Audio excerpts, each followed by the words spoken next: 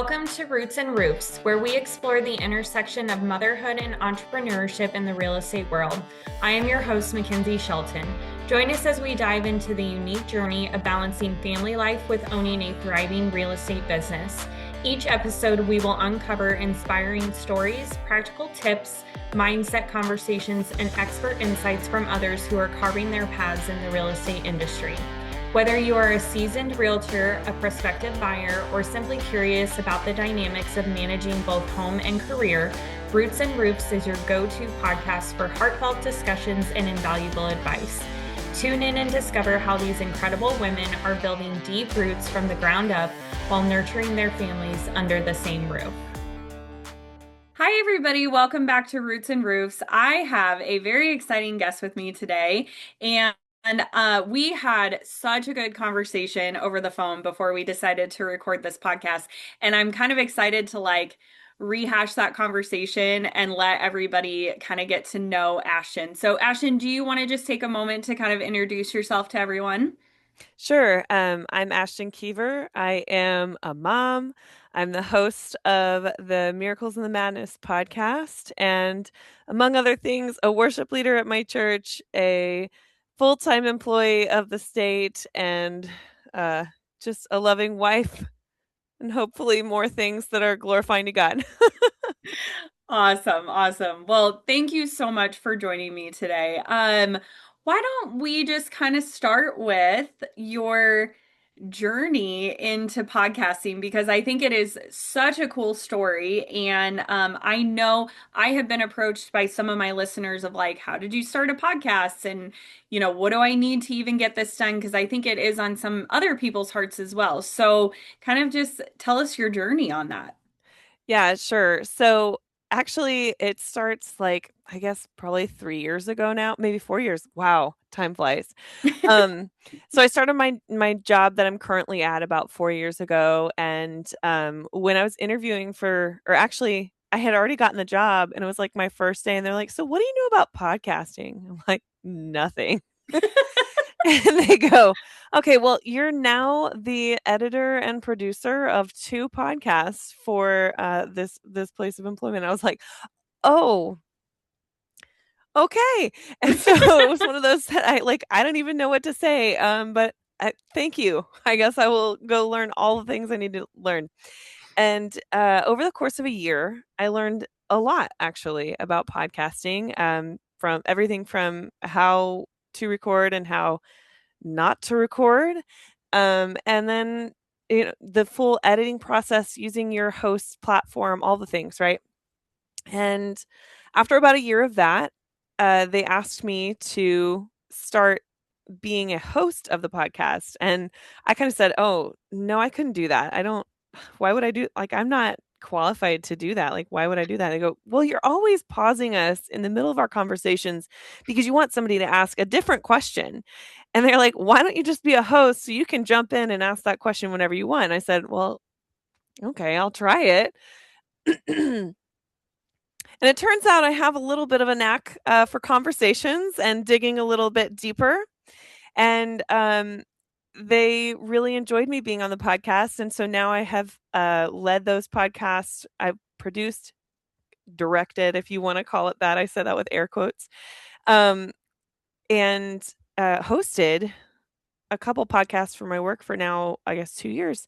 And it was probably last summer that I kind of started thinking, like, maybe I should do my own podcast. And then I said, no, I'm too busy. Nope, I'm too busy. I didn't say this earlier, but I'm a mom of three children currently. Um, and they are 6, 4, and 2. I am in that phase of parenting. So I was not being unreasonable saying I don't have time. Like that, my husband's a youth pastor. So, like, if you know anything about that journey, he's the one that gets paid, but I'm also expected to act like a paid employee most of the time. And I work in a full time employment. I named all these things earlier, but I'm saying that because, I wasn't being unreasonable. I think it was okay for me to say I didn't have time. And it gets to be about December, around Christmas time, and it really weighing heavy on my heart. I'm like, man, I guess I am supposed to start a podcast. And I had been praying about it. And I kind of said, well, God, I'll put podcast equipment on my list. But I made a big list. I like people to have options. And of all people, my mom got me podcast equipment. My mom likes to buy me Starbucks gift cards and shoes and clothes. She does not like typically she knows nothing about podcast equipment. So it's just like all of the things together just made me go, "What? God, what are you doing?" And so I got the podcast equipment and then I kind of just sat on it. I just didn't do anything with it because I kept telling myself I didn't have time. And I think what the Lord eventually showed me was that I was not prioritizing my time. I was not making time for it because I said it wasn't a priority. But when I got my priorities in check and aligned that I want my priorities to be your priorities, God, that's when everything kind of flip flopped. So it was probably 9 months of me kicking that can down the road, and I finally got to a point where I really felt like God was saying, "If you don't do this, I'm going to give it to someone else." And that was a little bit heartbreaking, and so I finally said, "Okay, I'm gonna do it." And so September of last year, I started my podcast, Miracles in the Madness, and, I guess the rest is history. It's been a journey up until this point, and I'm about to start season 4 this summer. And just, I don't know, having a lot of fun. Uh, I love this so much because whether you are a spiritual person or not, uh, the universe, God, Mother Earth, whatever your belief is, like it really does send you signs when something is really meant for you. So I think it is just so incredible that you took this job without them saying that you were going to do podcasting, and it was just like you're gonna have to learn how to do this, right? And it's like this beautiful stepping stone of like where you are right now. And I know you're kind of just starting on this journey of podcasting, but it sounds like it has really been fruitful for you so far. Yeah, honestly, the conversations I've gotten to have with people and I had a couple speaking engagements earlier this year at a women's weekend retreat, which was a lot of fun. And just like I don't know, people starting to see me as somebody who has something to say, like a leader or a an expert, if you will, like in any field, whether it be like podcasting or the Christian journey walk, or sometimes it's just moms coming to me and saying, "Hey, what did you do when your kids did this? Or is this even normal?" And that's like 100% what I want because I was that person. I was looking for that connection. I was looking for that community. I went the way I was raised with my faith, there wasn't like a huge emphasis on a relationship with Christ, and once I figured out that part of it, um, I realized how influential and important that should be in, like, every area of my life. But because I didn't have that upbringing, I didn't necessarily know how to apply it to my parenting journey. So it's sort of hard to, like, I had to basically build my own community around that idea. And I know that I am outgoing and I'm the person that, like, if I see something needing to be built, I'm just gonna build it. But not everybody is that person, and I totally understand and respect that. Like, I think that God has designed the world in that way on purpose. And so, I said, "Well, I built my community. I guess I could build a community a little bit bigger so that other women who are seeking those same like have those same questions, need a community, need fellowship, need friends who are doing this together or doing the same thing. um, Maybe they'll have a place to go to for prayer and encouragement and support, and maybe some help like understanding the Bible or whatever it may be, and so eventually my goal, like we said, I'm fairly early on in this. I'm still actually like building my audience and that side of this podcasting journey. But eventually I would love to have a big community where it's almost like a forum. You can go in and say, "Is this normal? My kid just did this." And a whole bunch of moms can come in and be like, "It's totally normal and it's okay. And this is how we handled it in our household." And it's not like pressury advice. It's Christian moms that are supporting Christian moms. Absolutely. I love that. I think it's getting harder and harder as we spend more time online and more time even just like if you are a working parent, you do have to spend a lot of time away from your kids. And even just I feel like people move. I'm a real estate agent, right? I feel like people move more and they're maybe not so like grounded in, the community either that they were raised in or that, they tried to, kind of find something and they're just not finding it. And it's like that's the piece I think that so many people are missing, especially moms, because we are inundated with information and it's like, is any of it gonna actually like help me at the end of the day, right? And sometimes we need that human connection to like filter through all of the crap, right? Of like what is actually important and what should I actually care about, and especially having people that align with our values, our beliefs, how we want to live our lives is literally the most important thing. Like we don't need to like not look at other people's opinions sometimes and use critical thinking and stuff like that, but like aligning ourselves with people is just so important, I think. Yeah, absolutely. Absolutely. I mean, one of the most, I don't know if influential is the word, but one of the most impactful, yeah, that's the word, things that I have ever heard was that you basically become a culmination of the 5 people you spend the most time with. And at the time, I was trying to change my habits around, especially my Christian journey, change my habits around my parenting, all of the things, right? I was spending time with people who were not living the lives that I wanted to live necessarily. Like, I loved them so much, um, but I wouldn't have necessarily traded my goals for their goals, right? And so it occurred to me that if I want to make these habits and change these habits, like, I'm gonna have to make new friends that are doing the things that I want to do. Um, and that's like an interesting, weird journey to be on because on one hand, you feel like you're telling your circle that they're not good enough, which was not the case. But that's what it felt like on the inside. And I've come to realize like that's not what it was. But on the other hand, it's kind of like almost this imposter syndrome of like, those people are so cool. Like, why would they want to hang out with me? I don't do any of those things, even though I want to do those things. Wanting to do those things and active, like being the person who does those things are 2 different things.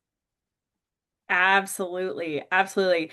So, I also heard that, I don't know, 10 plus years ago, something like that. I can't remember exactly when. Um, and that also helped me kind of shift a lot of what I've done and what I'm trying to emulate in the world. And it's funny, you even sometimes, depending on your growth journey in whatever you're doing, whether it's your career, whether it's your faith journey, whether it's your parenting journey, whatever it is, it's almost like you hit this tier and then you kind of go, are these the people that I want to surround myself with? Right? Like you kind of keep doing this over and over again, based on your own journey. And to your point, it doesn't mean that we don't still love those people, right? They were important to us for a reason. They helped us get to where we are now. They gave us friendship and love and, all of those very important things for us as human beings.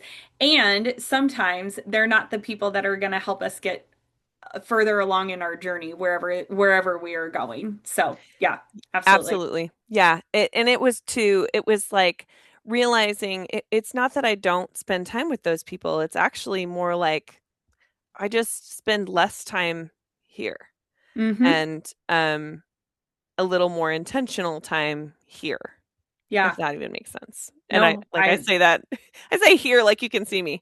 But right? No, you're absolutely right. So it's very interesting. We kind of talked about this, but I have a very wide range of kiddos. I've got almost 18 all the way down to 4, right? And so, I sometimes feel like I'm a veteran in my parent journey. And then other times I'm like, I still have no idea what I'm doing. So, I think that's very normal, like no matter kind of where you are and how many kids you have or anything like that. But we were, because my husband and I both heard that message, several years ago. One of the things that we always talked about with our older kids is like, who are you surrounding yourself with, right? And I very vividly remember my oldest had a friend who was just probably not the best influence. Um, he could not help his circumstances, but he was not necessarily going to, lift my kid up, right? Mhm. Maybe my kid could have helped lift him up, but the problem was all of a sudden teachers are kind of associating him Mm. with this kid and not in good ways. And, so it was kind of becoming a problem, right? So we had to sit down and kind of have that conversation with him. And then it kind of morphed into like we had that conversation with my second kiddo, and all of the sudden then we're having that conversation with him, and it was interesting. He actually chose, like actively chose to not hang out with a couple kids that he had been friends with for a very long time, because when they went to high school, all of the sudden these boys were just not making good decisions, and he literally said to me, he was like, I don't want to hang out with them because I don't want to end up getting in trouble with some of the things that they're choosing to do. And it's like, man, thank goodness like we decided to say that to them, because now as they get older, then that's in their brain and they can make good decisions, right? So yeah, I love that, I really do. Okay, so I have a question for you. So, um, you're obviously a full-time employee. You are doing podcasting, kind of on the side. You're a mom, like all of the things.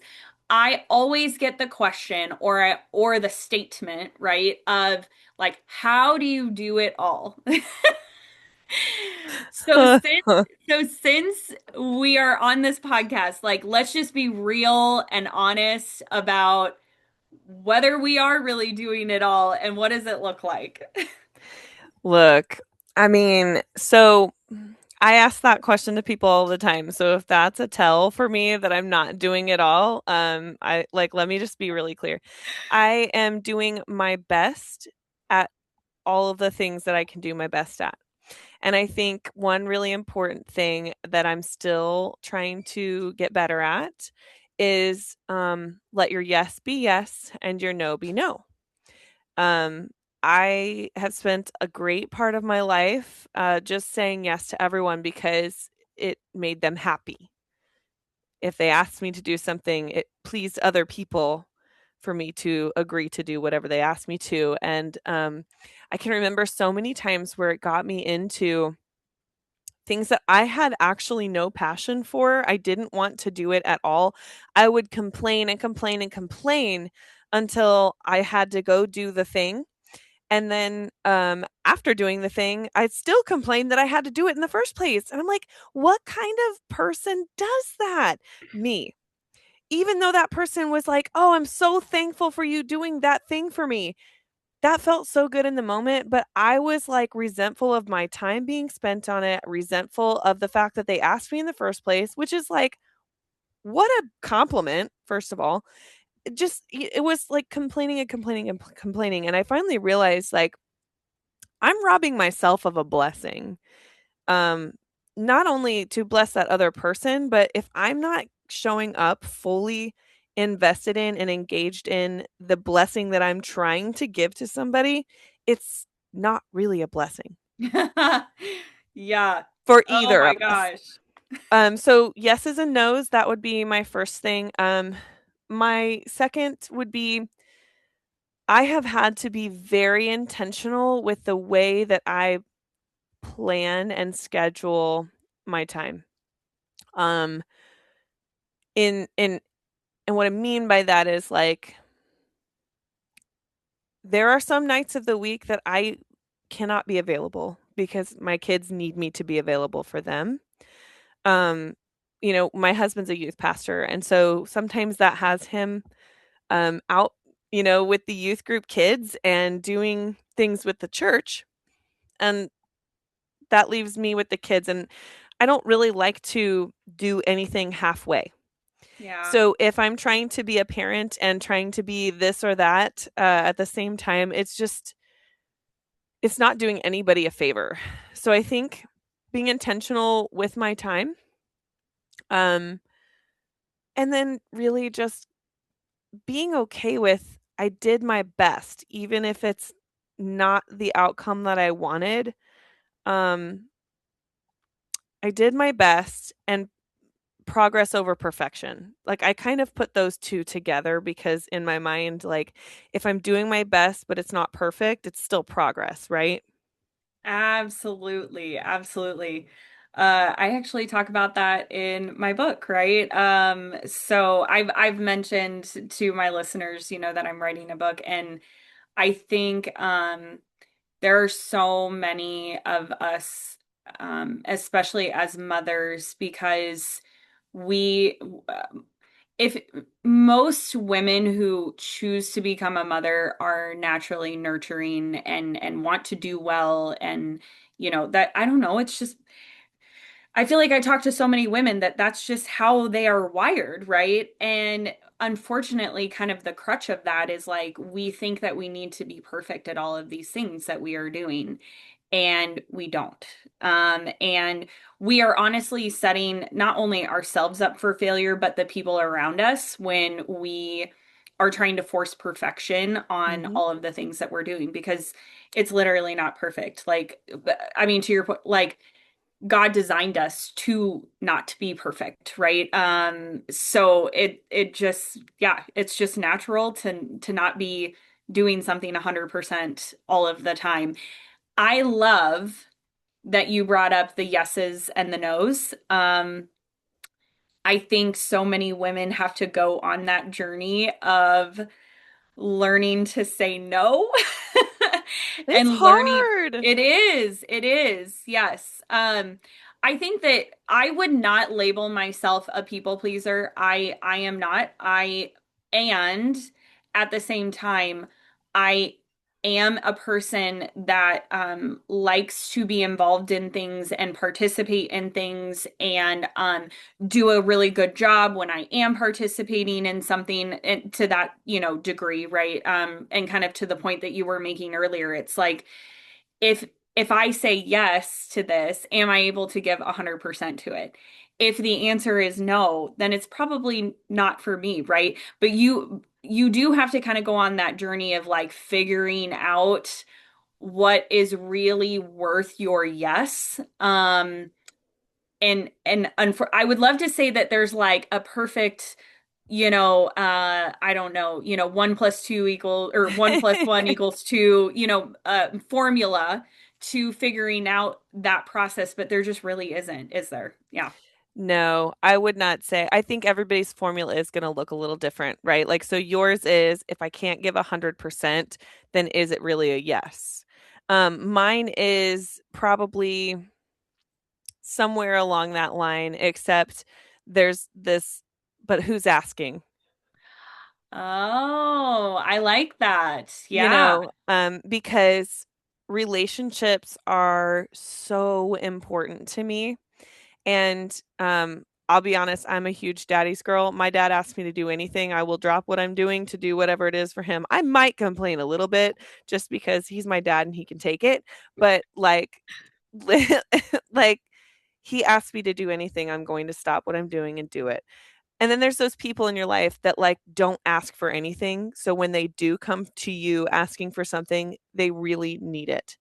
And I'm very conscious of that because part of the journey I've been on over the last year is understanding the way blessings work. Um, Mm, I don't remember. I'm certain I read about it in the Bible, but it was truly, it's like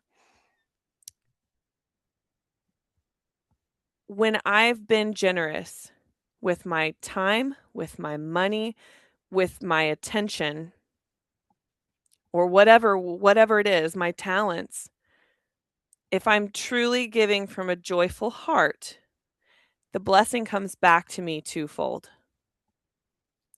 oh my gosh, that's so true. And it's with anything. I mean, financially, my husband and I are really like, I don't even know if I can say this on a podcast, but like we're big fans of Dave Ramsey. We love the Financial Peace University situation.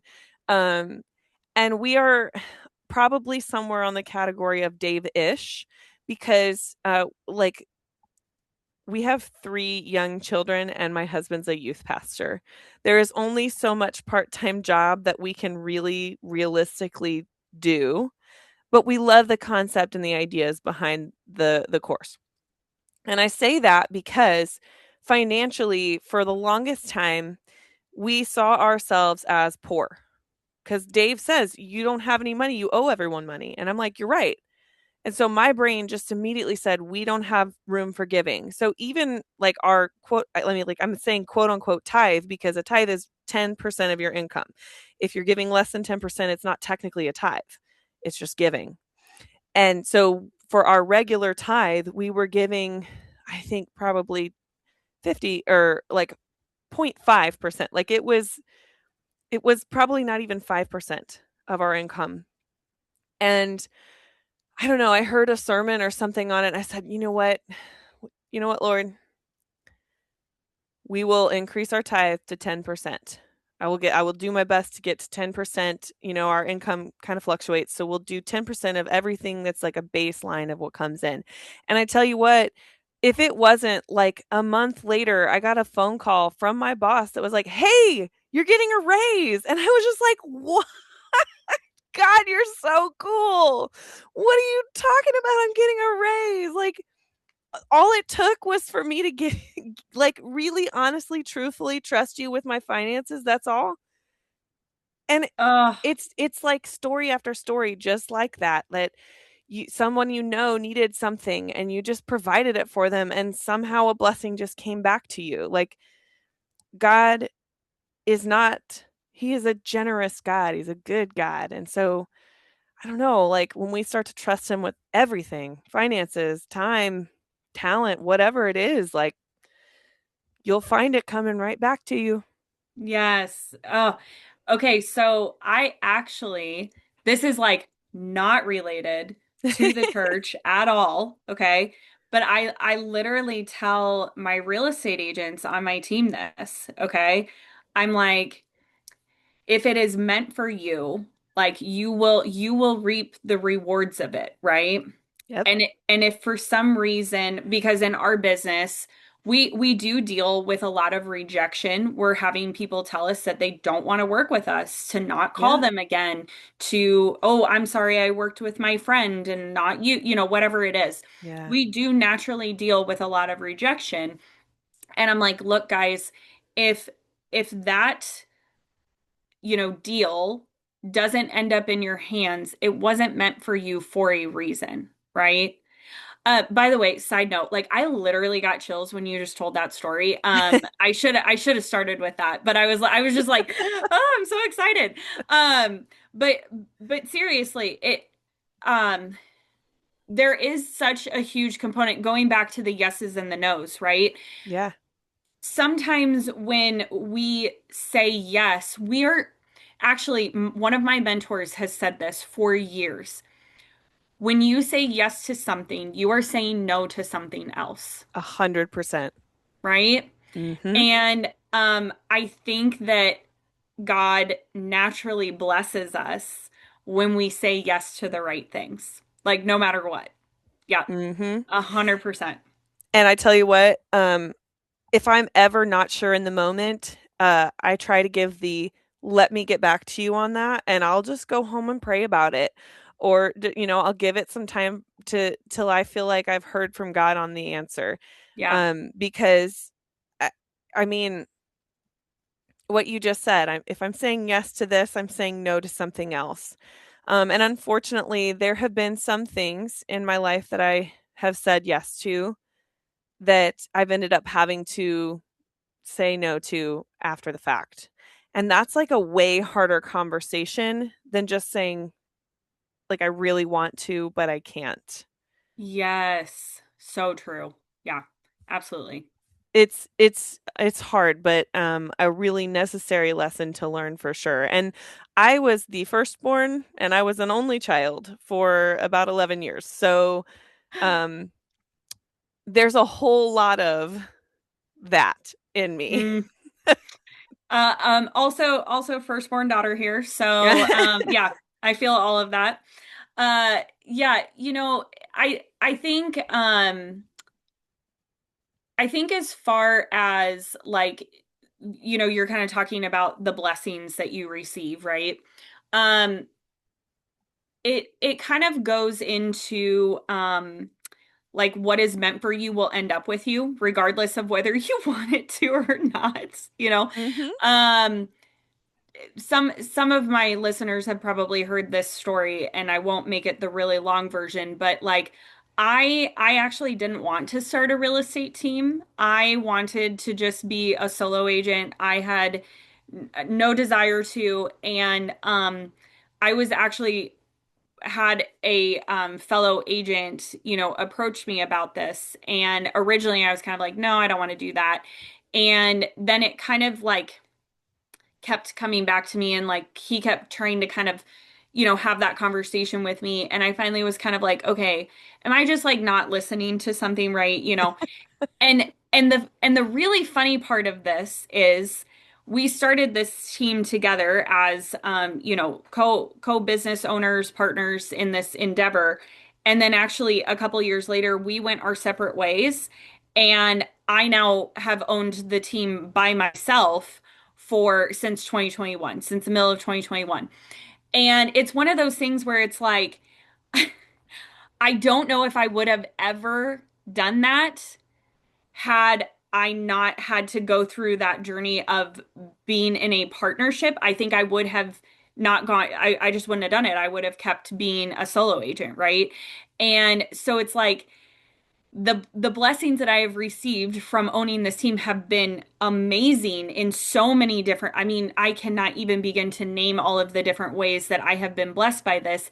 And had I said no, I would not have received all of the things that I have. So, yeah, absolutely. Yep. You're And so right. that's not even prosperity gospel. Like it's in the book. Go find it. Yes. Um but I totally agree with that. I would say I've had similar experiences. My husband is actually the one that pops to my mind more than anything. He went to school to be a physical therapist. Um like youth pastoring was like not on his radar. Not at all. Um, and over the course of a couple pastors leaving our church, every time there was like a space on the youth, either as for the pastor or just they needed volunteers, people would just come up to him and be like, I think you'd do really good with the youth pastor role. And Zach was like, okay. Um, well, I'm trying to be a physical therapist, but maybe if I have time, I'll volunteer. Well, then COVID happened. He couldn't get into grad school. Mm. And so he went to our local community college to get his PTA because he still hadn't quite figured out that God was like, this isn't for you. And so he's getting his PTA, finally graduates with that. And then COVID's happening. He's a new parent and trying to navigate the healthcare system at that time was horrific. If you talk to anybody who was in Mm. it, our church was looking for a pastor. The lead pastor at the time, heard that people had talked about Zach being a good fit for that maybe. And he like strong armed him basically into taking it part time until he found a different position. And well, we're now like 5 years in, and he hasn't. He actually stopped trying to even keep up his PTA license. So I think he's finally decided that this is the trajectory God wants him on. You know what? I love that. See, and that's, yeah, just we could go on and on with Oh, like, for real.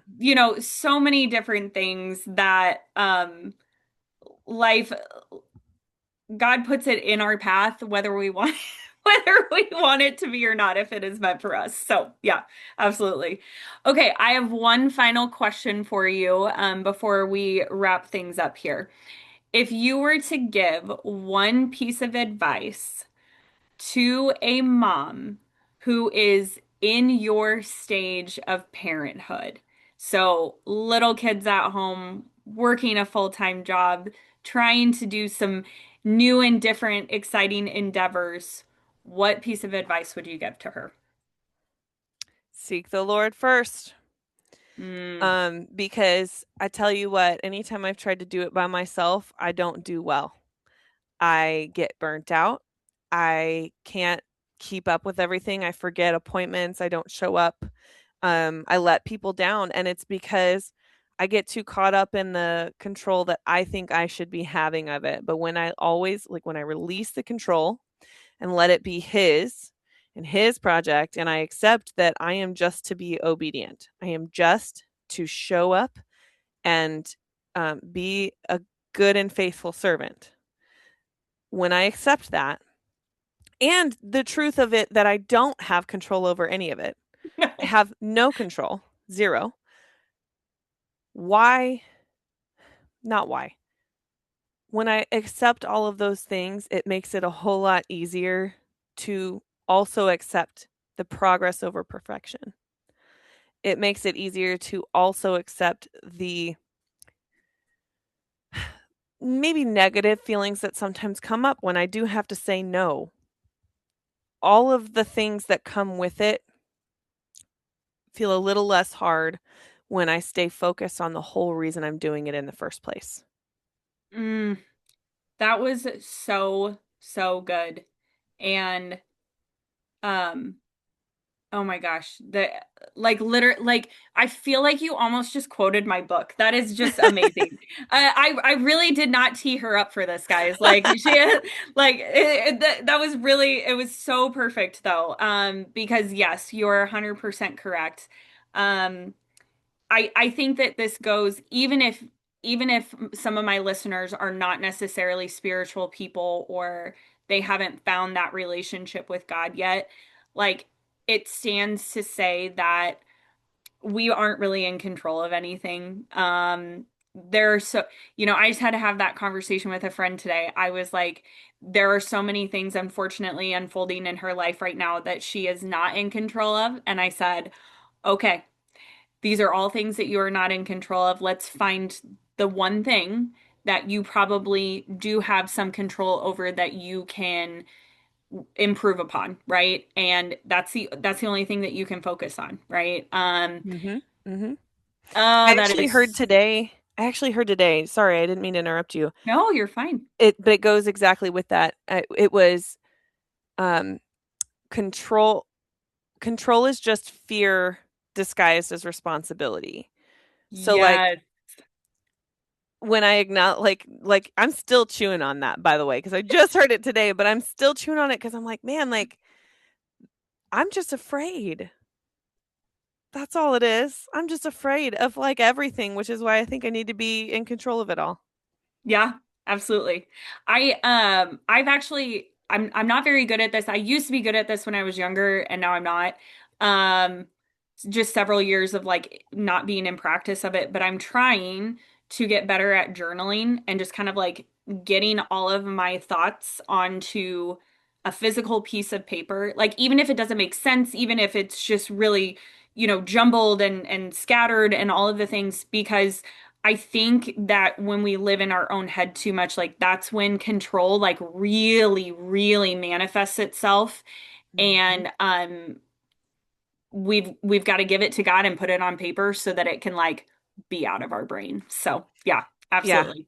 absolutely. And I don't know if I'm allowed to give her another piece of advice. Am I allowed to give her Yes, another piece of yes. advice? Okay. Two. Nope, you can't give two. No, go ahead. So the other piece of advice would just be like, be conscious of the I'm trying to think of how to say this. Let me just tee it up. I have spent my whole life knowing that entrepreneurship was part of my future. I've always had an interest in it. I've always been fiercely independent and stubborn. Some called me bossy when I was a kid. Like, this has been my personality my whole life. And I feel like on the brink of entrepreneurship now. But some of what has held me back is my risk aversion. And it's actually not my risk aversion, it's my dad's risk aversion. My dad is very calculated and he is very risk averse. And I think in a lot of ways that is a really good thing. But his risk aversion carried down to me. And I'm afraid of things that I don't even have personal experience in because my dad's afraid of those things. And one of those things, my dad always wanted to be a farmer. He wanted to have his own farm and he never did it because for him, the financial risk was too much.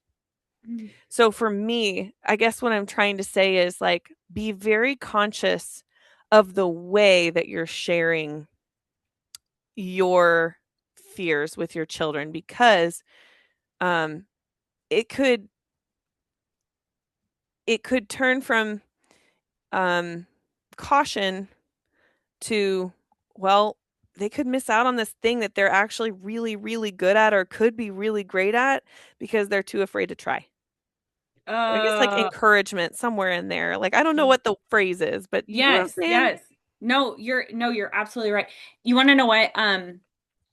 I think I would be living a lot different life if I did not have my husband because he is just like, let's do all of it. Fly with the wind. Like, who cares how much money it costs? Like none of that is his concern. And I am the ideas person, but then he kind of like gives me the bravery to like do the things, right? He's That's like, yeah, go awesome. for it. We'll figure it out. That is always his like response is like, we'll figure it out, you know.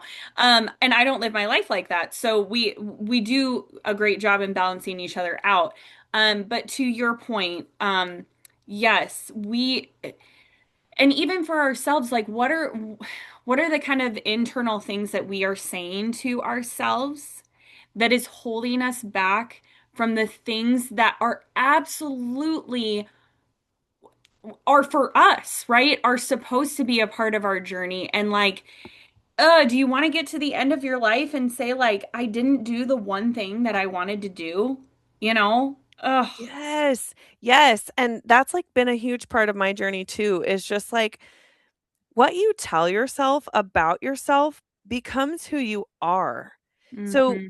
if you want to be someone else, it's not only hanging out with other people, it's also becoming that person mentally. Like mindset really does matter in every area of your life.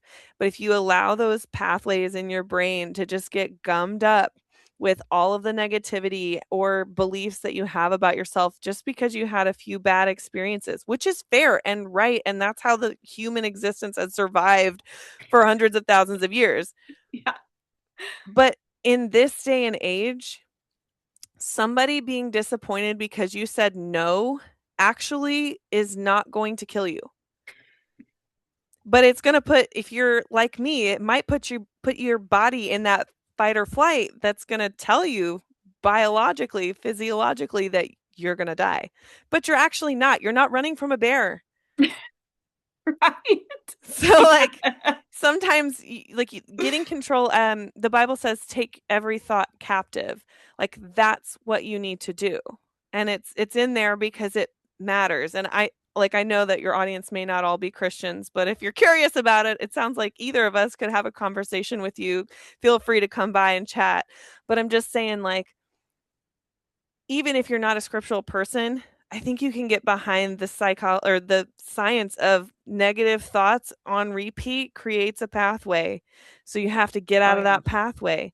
And to do that, you have to really look at each thought and say, is this true? Is it real? Or No, am I just projecting? exactly. Yeah. No, you're 100% correct. There's actually some of my audience is like real estate agents, right? And there's a lot of thought leaders in the real estate space that are because our job is full of rejection and things like that. A lot of it is around our mentality about things, and we get coached on that a lot and stuff like that. There is this saying, I think it's originally Wayne Dyer. I can't remember exactly who the original person that said this, but it's change your thinking, change your world, right? Mhm. And that is honestly, if you hear anything from this podcast, it's um change your mentality so that you can live the life that you actually want to live. Yeah, Yeah, absolutely. 100%. Oh, this has been such a good conversation. Thank you so much for coming on and just sharing some of your advice and wisdom and your passion for things. And I definitely believe that entrepreneurship is in your future for sure. You've definitely got whatever it is, you've got it. So There's songs about that. Whatever you just said. yes. All right. Until next time, thank you. Thanks. Thank you so much for listening to Roots and Roofs podcast today. If you loved today's episode, please let me know. I love hearing from you on Instagram and Facebook, so feel free to send me a DM or tag me in your stories so I can share it too.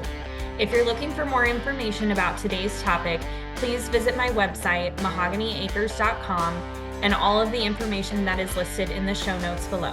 Until next time.